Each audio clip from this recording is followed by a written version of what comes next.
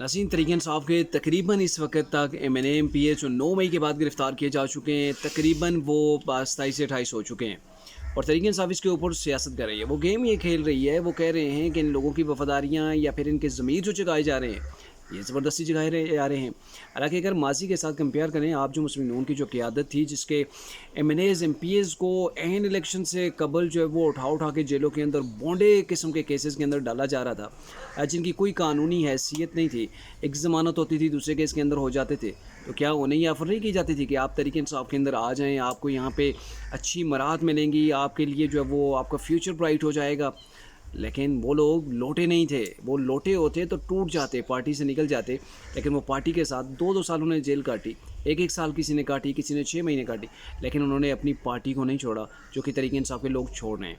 और ये जो लोग हैं, फ़याज़ अल हसन चौहान जैसे लोग हैं, ये तो अपना बिज़नेस बचा रहे हैं, अपनी सियासत बचा रहे हैं, ताकि अभी हम, क्योंकि इनको पार्टी के अंदर वैसे भी वक़्त नहीं मिल रही थी, ये अभी भाग के जा रहे हैं ताकि कोई पार्टी और हमें ले लेगी।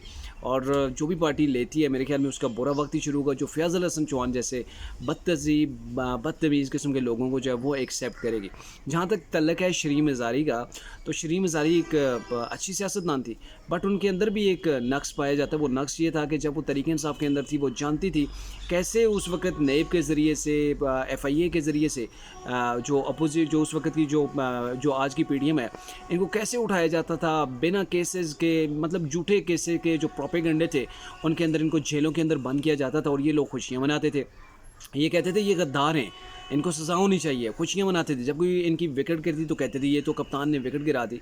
तो ये सारा सिनेरियो था, मतलब उन्होंने ज़ुल्म देखा, उन्होंने नाजायज़ नाइंसाफ़ी देखी, वो चीज़ों को देखते हुए उसके ऊपर तालियाँ बजाती रहीं और आज उसी की ज़ात के अंदर खुद आके वो सियासत को छोड़ने का ऐलान कर रही हैं।